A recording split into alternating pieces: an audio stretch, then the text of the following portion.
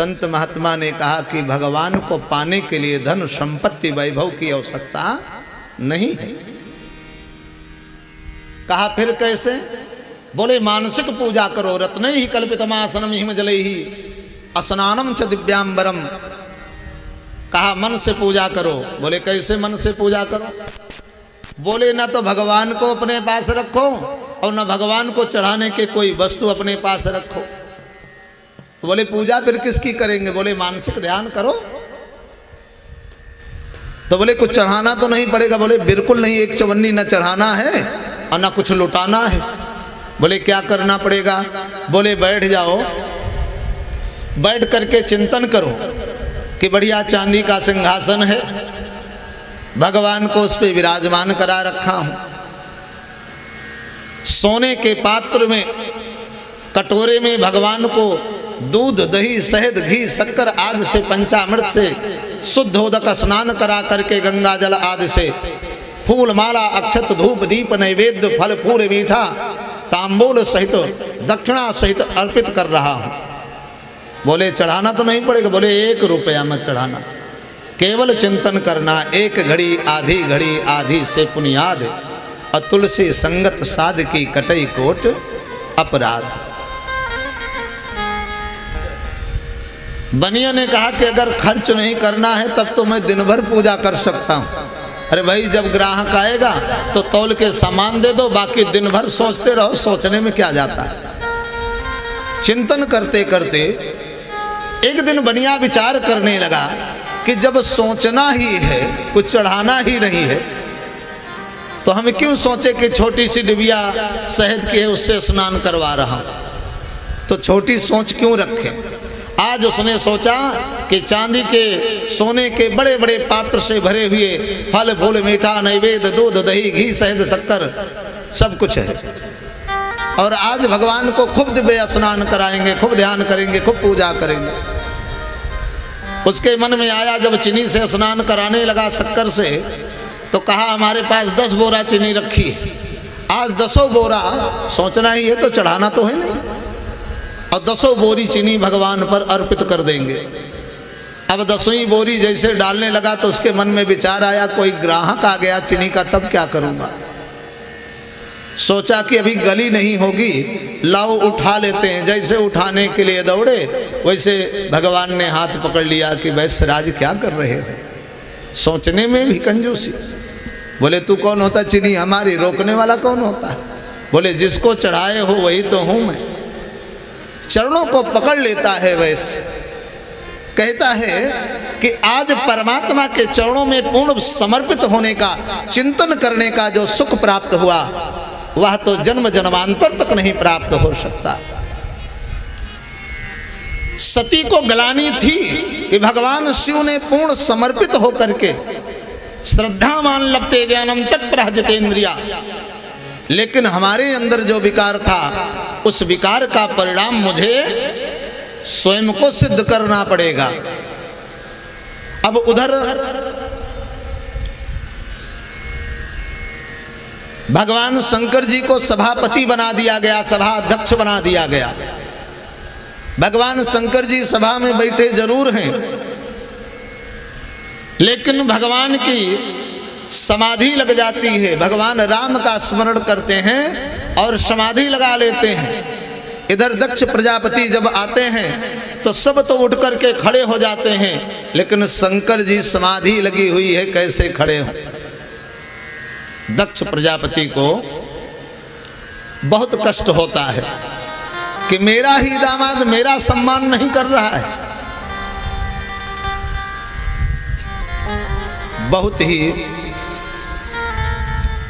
अनैतिक शब्दों का प्रयोग करते हुए भगवान शिव का अपमान करते हैं कि अघोरी है, पाखंडी है, भस्म को धारण करने वाला है, सांप लपेटे हुए शमशान में रहने वाले को एक राजा की गरिमा का क्या पता। जीवन में एक बात याद रखिएगा, शिव महापुराण में आया है, पूज्या यत्र पूजन्ते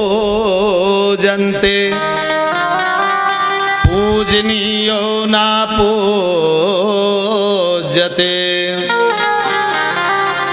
तत्र भविष्यन्ति दरिद्रम मरणम भयम। जहां पर पूजनीय, आदरणीय, सम्मानीय गुरुजनों का, देवता गण का सम्मान नहीं होता, वहां पर 3 प्रकार का भय सदैव इर्द गिर्द मंडराता रहता है। कब विपत्ति आ जाए कुछ नहीं पता। दरिद्रम कि आपका विनाश हो जाएगा, धन संपत्ति नष्ट हो जाएगी। मरणम मृत्यु का भी भय रहेगा। और ये भी नहीं होता तो भयम, भय से सदैव आप पीड़ित रहेंगे। इधर दक्ष जी ने तो अपमान किया अपने पूजनीय, आदरणीय, सम्मानीय दामाद का, जिसका मैंने चरण वंदन किया। उसको यदि अनैतिक बातों से पीड़ा पहुंचाएंगे तो कष्ट तो सहना ही पड़ेगा। आचार्य ब्राह्मण मूर्तिम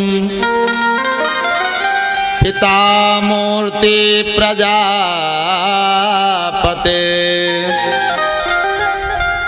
माता पृथिव्या मूर्तस्तु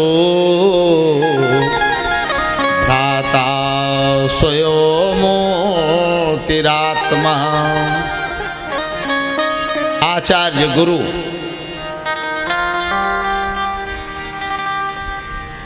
आचार्य गुरु ब्राह्मण देवता तुल्य माने गए हैं। इसीलिए महाराज तुलसीदास जी मानस का जब लेख लिखने लगे तो उन्होंने लिखा कि प्रथम ही पूज महीसुर चरणा, कि सबसे पहले इस धरती के देवता ब्राह्मणों की मैं वंदना करता हूं। और आज दशा ये हो गई है कि समस्त लोग ब्राह्मण की ही अवहेलना करना चाहते हैं, ब्राह्मण को ही कोसते रहते हैं कि ब्राह्मणों ने जातिवादिता फैलाई, ब्राह्मणों ने समाज को बिगाड़ा, ब्राह्मणों ने ही खान पान को बिगाड़ा, ब्राह्मणों ने ही उपदेश गलत दिया। वास्तविक सत्य तो यह है कि ब्राह्मणों ने ही संस्कार जीवित रखा। भाई नाई नहीं आएगा तो कहते चौक कौन पूरेगा, इसलिए नाई को जोड़ के रखा। कहार नहीं आएगा पानी कौन भरेगा, इसलिए कहार को आवश्यक है बुलाना। कुम्हार जो मिट्टी का बर्तन बनाता है उससे कहा कि वो कलश नहीं देगा तो आपकी कलश यात्रा भागवत नहीं संपन्न होगी, इसलिए कहार को भी बुलाओ। हर प्रकार के, चाहे धोबी हो, कहार हो, नाई हो, कितने जितने भी हमारे प्रजा स्वरूप में उन्होंने सबको जोड़ के रखा। आज उन्हीं ब्राह्मणों को दोष दिया जा रहा है।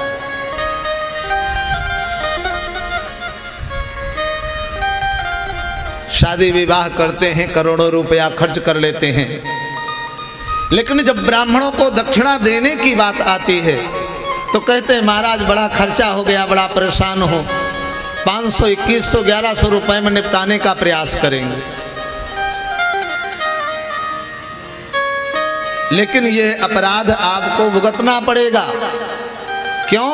क्योंकि जब तक ब्राह्मण संतुष्ट नहीं होगा, जिसके मंत्रों उद्देश्य से, जिसके मंत्रों उच्चारण से, जिसके मंत्रों से वह वैवाहिक कार्य संपन्न हुआ, उसी में कंजूसी कर रहे हो तो आपका कल्याण कहां से हो सकता है। कहते रहिए और अधिक से अधिक देते रहिए। कहिए महाराज हम अति दीन हैं, गरीब हैं, जैसे तैसे जो कुछ हो सका तुलसी पत्र आपको मैंने अर्पित किया, लेकिन अपने सामर्थ्य से अधिक देने का प्रयास करिए। दान दिए धन ना घटे, घटे न सरता नीर, सूर सूर तुलसी ससी जो सहाय रघुवीर।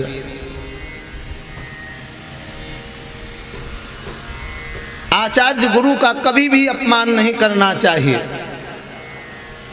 वह देवतुल्य है। पिता मूर्ति प्रजापते, राजा की तरह पिता होता है।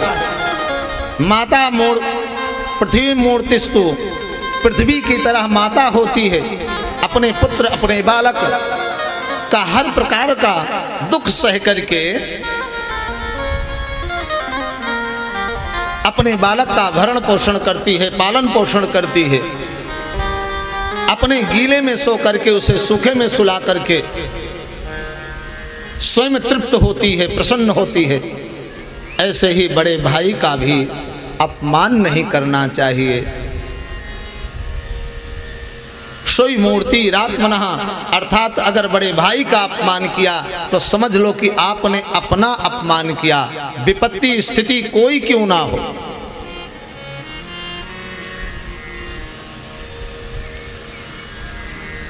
इधर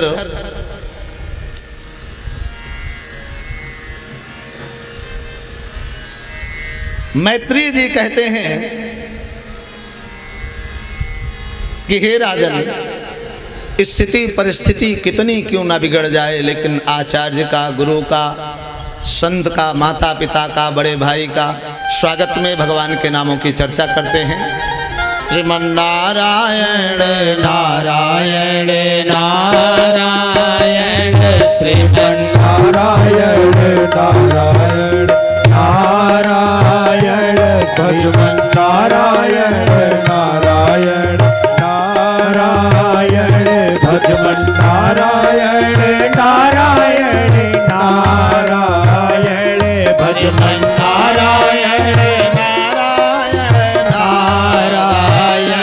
श्रीमन्नारायण नारायण नारायण, श्रीमन्नारायण नारायण नारायण, श्रीमन्नारायण नारायण नारायण, श्रीमन्नारायण नारायण नारायण, भजमन्नारायण नारायण नारायण, भजमन्नारायण नारायण नारायण, भजमन्नारायण नारायण नारायण, श्रीमन्नारायण नारायण नारायण। महाराज मैत्रेय पांडे जी, आप उठिए, संत महात्मन का सेवा करिए, उनको स्वागत करिए, इधर कथा भी चलती रहे।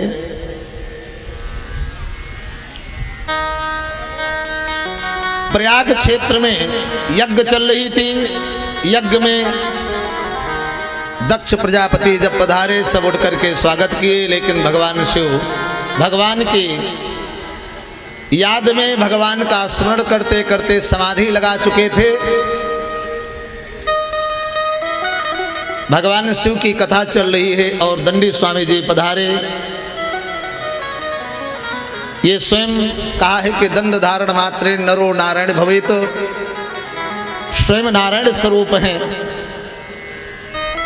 परम सौभाग्य आप सबका कि परम पूज्य श्रद्धेय संत महात्मा गण पधारे। हार्दिक अभिनंदन, व्यासपीठ से भी हार्दिक अभिनंदन।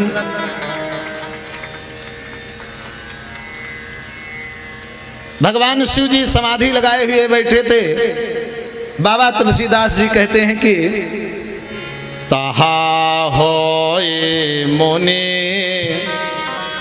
ऋषय समाजा, तहा होए मुनि ऋषय समाजा, तहा होए मुनि ऋषय समाजा, तहा होए मुनि ऋषय समाजा, तहा होए मुनि ऋषय समाजा, चाहे जन तीरथ राजा, चाहे जन तीरथ राजा, चाहे जन तीरथ राजा, चाहे जन तीरथ राजा, राम ही भजाए तात शिव माता, राम ही भजहि तात शिव धाता, नर पावर के केत कबा, नरे पावर के बाता नर पावर के तीत बाता नर पावर के तीत बाता। भगवान शिव निरंतर परमात्मा का चिंतन कर रहे थे और इधर दक्ष अपमान कर रहे थे। भगवान को कोई अपमान और मान का फर्क नहीं। संसार से जो विरक्त हो चुका हो, संसार के माया मोह से जो परे हो चुका हो, जो धन संपत्ति का परित्याग कर चुका हो, जो दूसरों के लिए जी रहा हो, जो दूसरों के लिए धर्म कमा रहा हो, उसे मान और सम्मान की कोई चिंता नहीं होती। अपमान तो उसी का होता है जिसका सम्मान होता है। जिसका जीवन में सम्मान ना हुआ हो तो उसका मान कहां होगा और उसका अपमान कहां होगा। चिंता तो उसे होती है मान और अपमान का जो सम्मान के लिए जीता हो, जो संसार के लिए जी रहा हो, उसके लिए मान और अपमान की बात कहां से आ गई। लेकिन हरिहर निंदा सुनहि जे काना, हो ही पाप गो घात समाना। गुरु की निंदा, माता पिता की निंदा, संत की निंदा, परमात्मा की निंदा श्रवण करने वाला गोघाती होता है, पाप का भागीदार होता है। इसलिए कोई भी व्यक्ति अगर परमात्मा का, संत का, गुरु की निंदा कर रहा हो तो कोशिश करो उसको प्रताड़ित करो, उसको समझाओ, उसको चुप कराओ। लेकिन अगर ऐसा नहीं हो सकता तो वहां से स्वयं हट जाओ। ये भी संभव नहीं है तो कान में उंगली डाल करके परमात्मा का चिंतन करना प्रारंभ कर दो।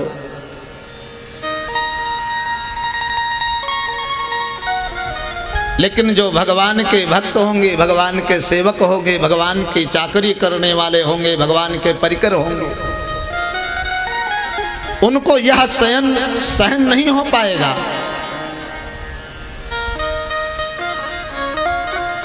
नंदी महाराज ने कहा कि बस दक्ष प्रजापति बहुत हो गया, आपने मेरे इष्ट का अपमान किया, मेरे परमात्मा का अपमान किया, अब मैं बिल्कुल सहन नहीं कर पाऊंगा। नंदी महाराज श्राप देते हैं कि बकरी की भांत जो बड़बड़ कर रहा है, जा तुझे श्राप देता हूं कि तेरा शीश बकरे का हो जाए।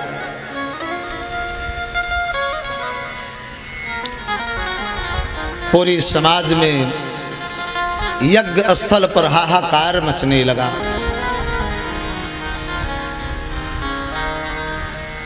भगवान शिव के जब नेत्र खुले तो देख करके बड़ा आश्चर्यचकित हुए। बोले नंदी तूने ठीक नहीं किया।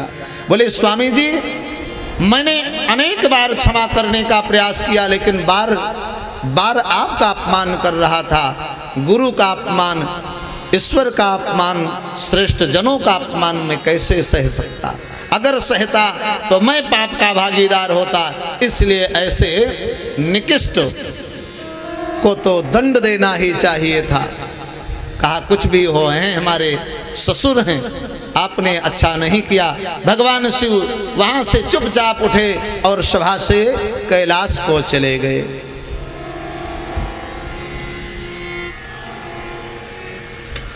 इधर दक्ष प्रजापति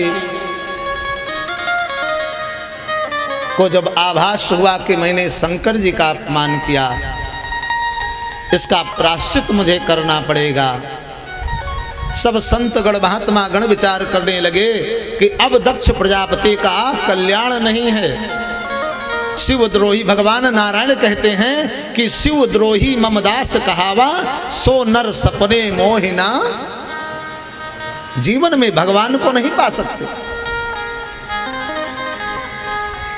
क्योंकि भगवान शंकर नारायण को नित्य भजते हैं, यहां तक नित्यानित्य भजते हैं। चलते फिरते उड़ते बैठते खाते पीते सोते जगते निरंतर नारायण का ही स्मरण करते हैं। और नारायण भगवान शिव को जैसे प्राण और शरीर वैसे शिव और नारायण है। आज बड़ी विडंबना है कि हमारे धर्म के रक्षक ही धर्म का पतन करने का मूल आधार बनते जा रहे हैं। वास्तविक देखा जाए तो धर्म की स्थापना भगवान नारायण ने किया, उसके बाद संतों ने इसका निर्वाह किया। मलेच्छों के द्वारा जब यह धर्म नष्ट करने का प्रयास किया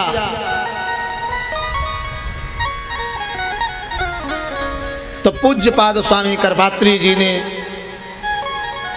धर्म स्थापना का बीड़ा उठाया और धर्म के लिए जगह जगह जाकर के धर्म की स्थापना करने के लिए मठ मंदिर और सब संतों को स्थापित किया। जहां पर पूज्यपाद स्वामी करपात्री जी का स्थान है, जन्मभूमि है, दास भी उसी स्थान से है। एक ही क्षेत्र, एक ही गांव, एक ही जिला। ये परम सौभाग्य है हमारा। चूंकि कहा है संत दर्श जिम पातक टरई, तो जीवन में संत की कृपा से ही सब संभव हो सकता है। इधर सती को तो अवसर की आवश्यकता थी। एक बार पुनः दक्ष प्रजापति ने यज्ञ करने का प्रस्ताव रखा। सब ऋषिगण वहां पर देवतागण को निमंत्रण गया, लेकिन भगवान शिव को जब निमंत्रण नहीं गया तो भगवान शंकर जी को कोई तकलीफ नहीं, कोई कष्ट नहीं, लेकिन सती ने कहा कि अब अवसर उचित है प्रायश्चित करने का। पिता भवन उत्सव परम जब प्रभु आय सुहोय, तब मैं जाय कृपा यतन सादर देखन सोय। कहा कि हे प्रभु,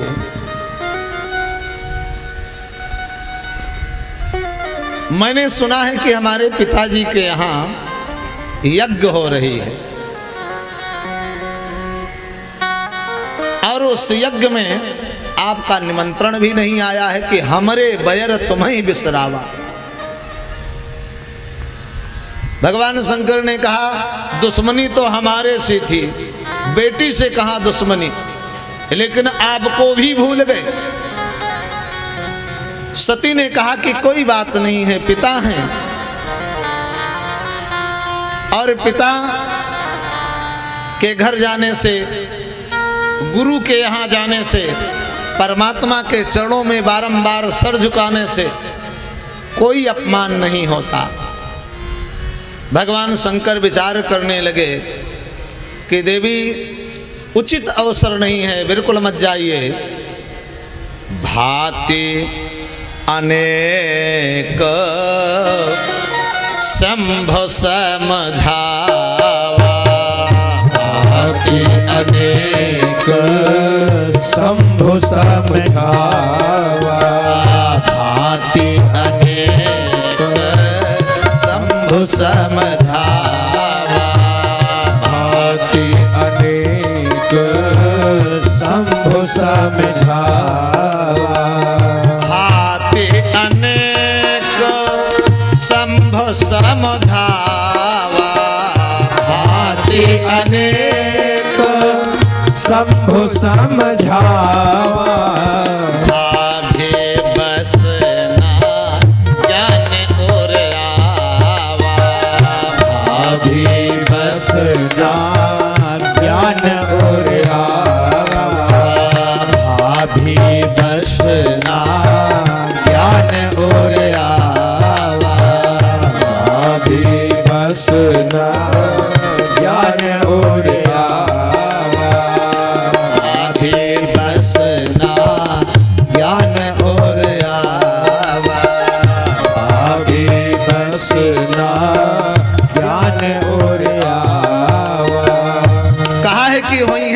जो राम रचि राखा।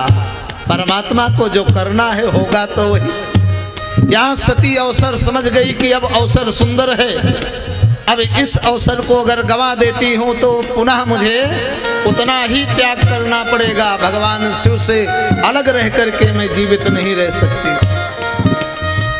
जैसे नीर के बगैर मछली नहीं रह सकती, वैसे प्राण के बगैर शरीर नहीं रह सकता, तो अपने प्रीतम के बगैर मैं कैसे रह सकती हूँ।